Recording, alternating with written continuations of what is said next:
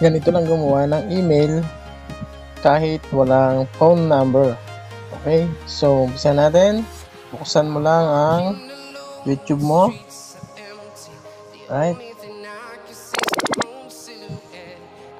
and pindutin mo tong profile mo sa baba.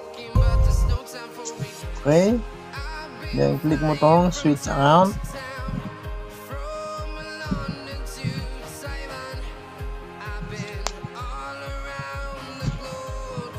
So yan, pindutin mo itong plus sign sa taas.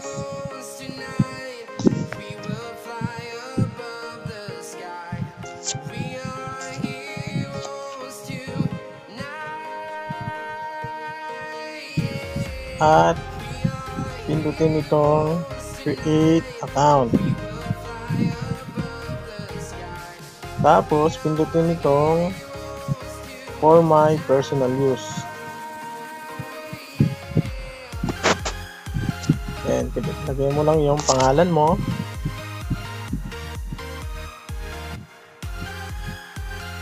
Yung last name optional naman, kahit hindi mo na yan lagyan. Okay, next mo na. Then lagay mo lang dyan yung birth date mo.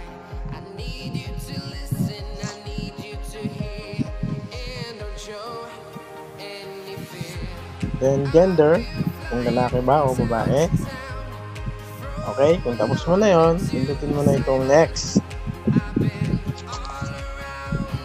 Okay, maglagay ka dyan ng username mo, yung gusto mong email. Okay, so pag nailagay mo yan, magsasuggest din naman si Google ng pwede mong gamitin. Okay,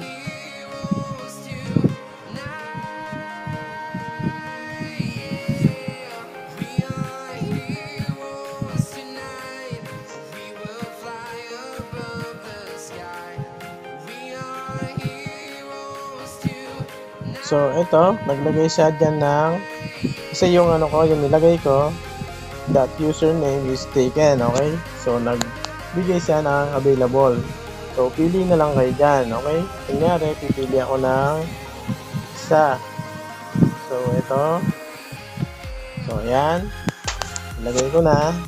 Then pindutin mo uli itong next.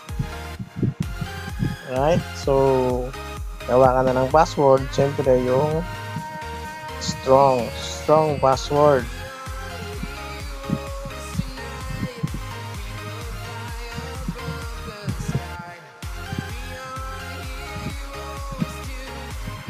Pag nagkagawa ka na ng strong password, pindutin mo na itong next.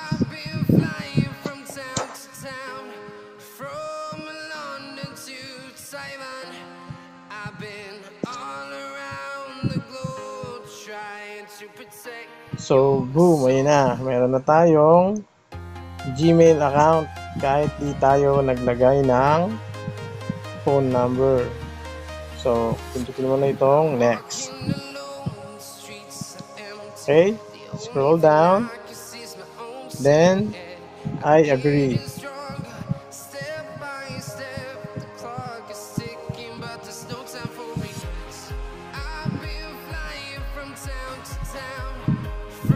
Okay, so yun, makagawa na tayo ng bago nating account sa Gmail. Okay, so ito kasing Gmail ko madami na, puno na, kaya hindi natin siya makikita dito. Pero pag i-login ko, makikita natin siya dito. Okay, so ganun lang kadali gumawa ng Gmail lang, hindi kailangan ng phone number. Okay, so kung nagustuhan mo ang video ito, paki-like na lang at mag-subscribe ka na din. Salamat!